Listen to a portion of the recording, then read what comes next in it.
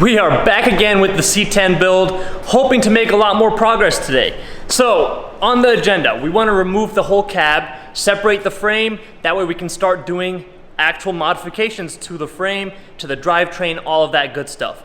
But first, I want to remove the whole front end, so the fenders, the core support, all of that stuff, and then go ahead and figure out what else I need to disconnect from the cab and the frame to separate the two. So I haven't done this before, like I said in my previous videos. This is the first time I'm working on a classic truck of this nature. So this is a learning process for me as well. And most of this stuff, it has been pretty straightforward for the most part. You can look at look at the body parts that you're trying to remove, and you can see where all the fasteners are. There's not really anything too hidden, no push pins or anything like that. Everything has been held in with screws and bolts for the most part. But as you can see behind me here, I've also went ahead and put the bed outside. So that just gives a lot more space around the truck to work on. And whenever we have the cab and the frame separated, we can remove the frame to this side and leave the cab on the lift. But enough talking, let's see what it looks like now, and hopefully we're able to knock off everything that's on our agenda for today. So here we go. Last time we removed the hood.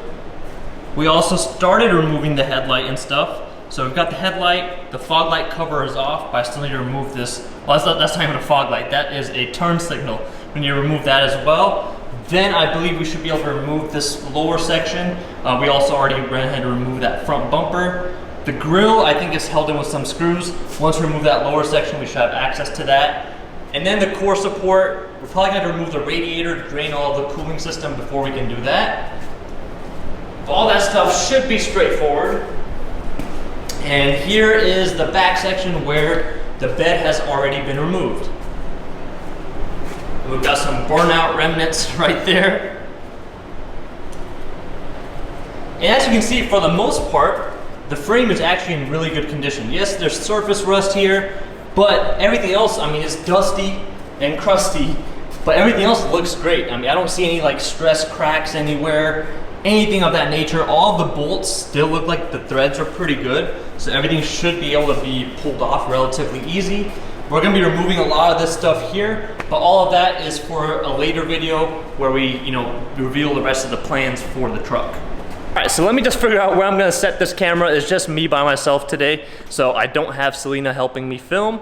So we're going to see the best way to do this. Hopefully I'm still able to get some good footage.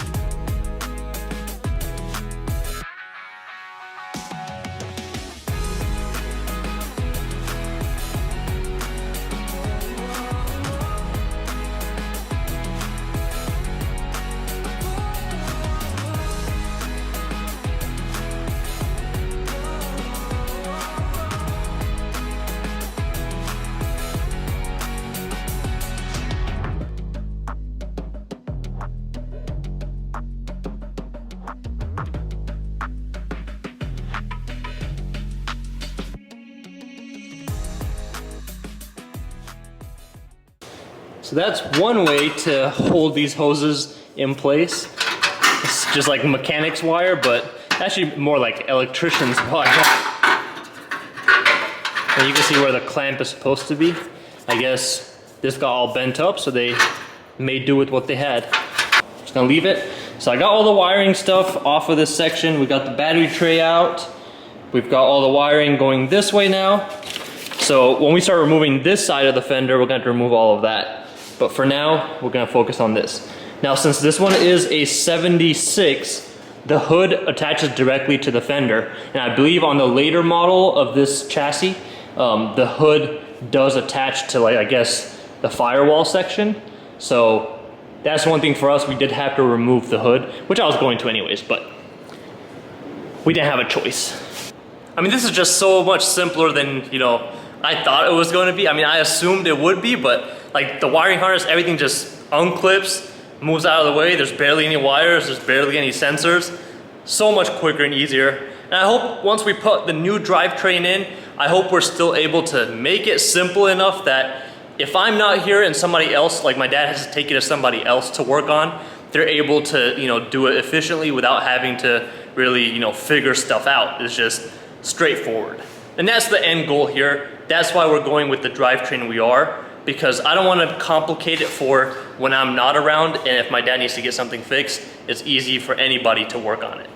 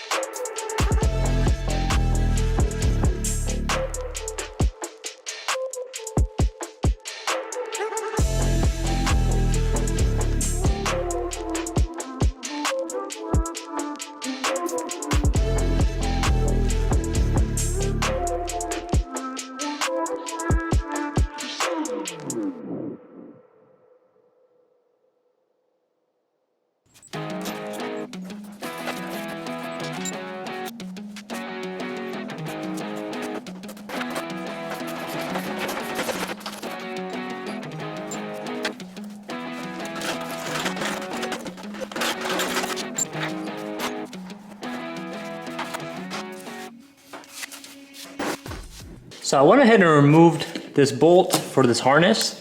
Just goes to that through the firewall. Pulled it out. Good thing is all of this separates. So you can just slide this out like that. Same with this one. So with this slid out like that, this whole harness for all of the front headlamps and, oops. So for all the front headlamps and stuff, pops out just like that. That's one of the corner light bulbs that I just busted. But we'll clean that up here, and then we'll continue removing the rest of this stuff to get the cab free. So I think the other thing we need to do is the clutch, the clutch release, the steering arm stuff, so the whole steering column. The shifter is also tied into there, the brake lines, and also the parking brake. And I think that should be about it. So let me go and clean all this up first.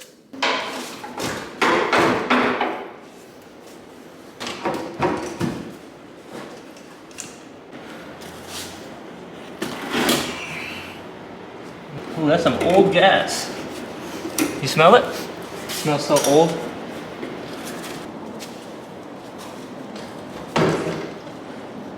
Yeah.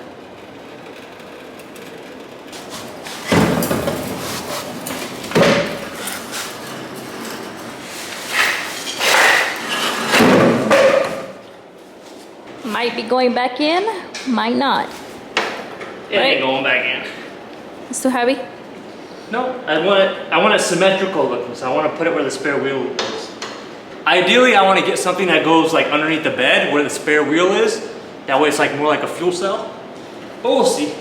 All right, so we are at the last step before this cab can actually be lifted off of the frame.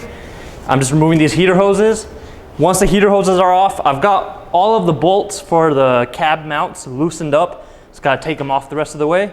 Got the lift arms lined up. I actually went ahead and removed the gas tank. That way I can get that back lift arm in a proper spot. I don't really want to damage any of the pinch welds or whatnot, so I'll show you guys that here in a little bit.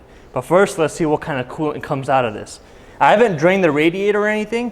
When I removed the core support, I just left the radiator attached. That way I just make less of a mess. But let's see.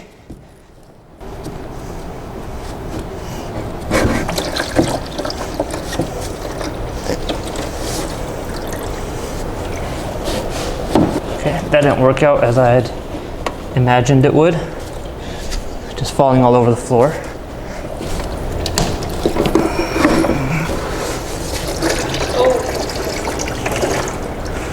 There it goes. Just a little brown. Smells a little funky. It smells like it's been there for a good 40, 50 years. That's what it smells like.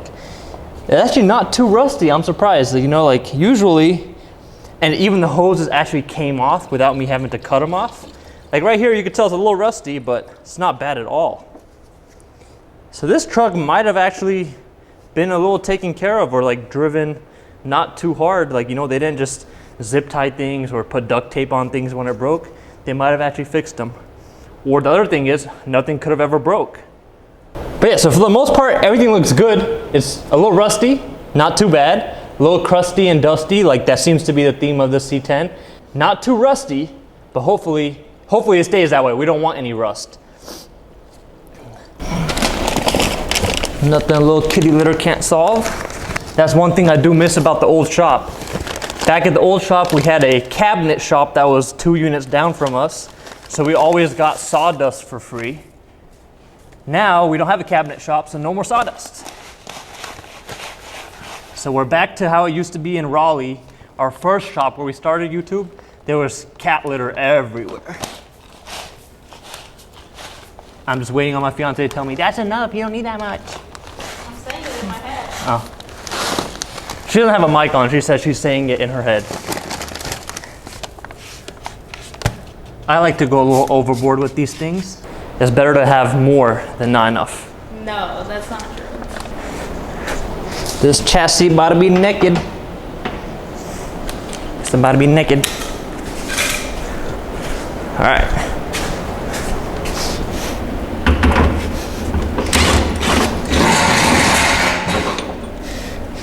There's one. Okay, so it's actually only got 4 cab mounts. So there's only 4 bolts that's holding this whole thing to the frame. That doesn't seem too safe to me in an event of a collision, but I don't think they used to care about that back in the day. We're gonna have to find something to put this cab on because I don't want it taking up the lift, you know, the whole time when we're working on the frame. So what we're gonna do is we're actually gonna move the frame over to this side. That way the cab can just be on the lift. Ideally, I would want to get like a cab mounting dolly or something. That way I can just roll the cab outside and leave it outside. But then again, I don't want to leave it outside either, you know, have it exposed to the elements. We're just gonna have to figure something out. Or we just get a bigger shop. If only it was that easy.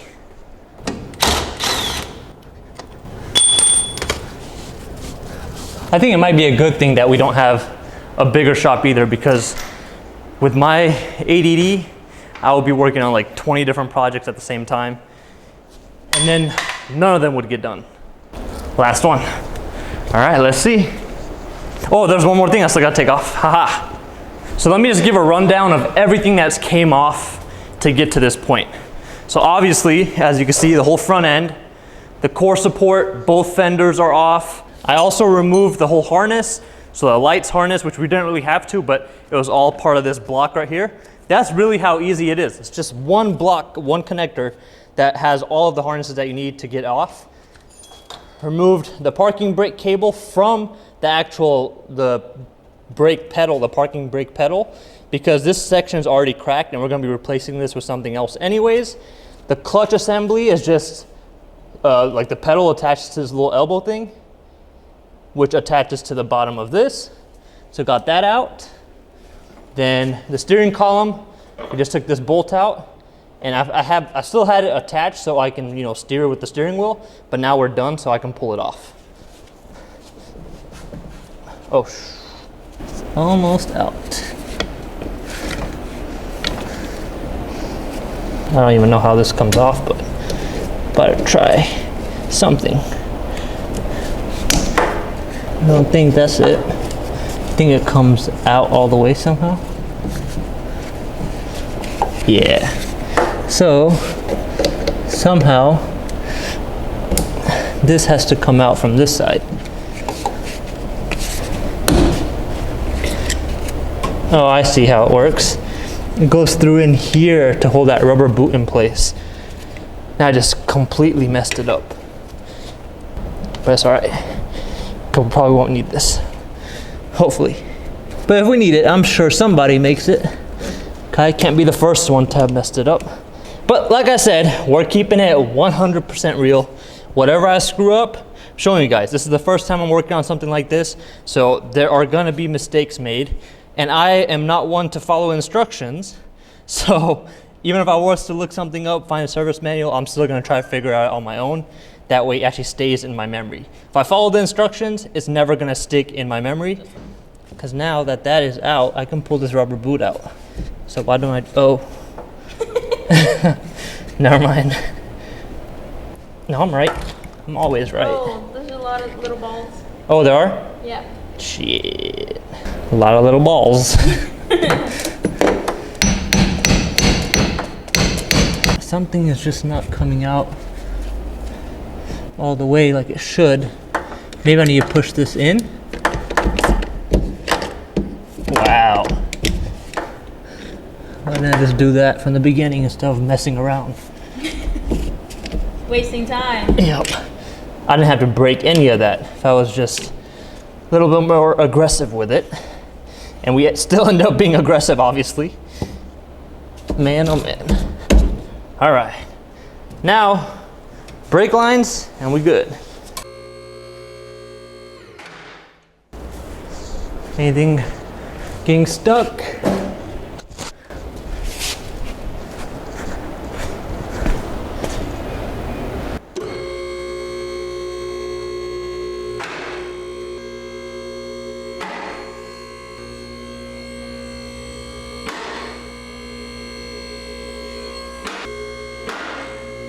And it's free. Finally, the frame is separated from the cab, the bed, everything is off. And there's so much space, so much access to everything. And now we're finally actually getting the build really started. You know, all the fun stuff, all the extra power we're going to add, clean up the frame. All that stuff is yet to come now.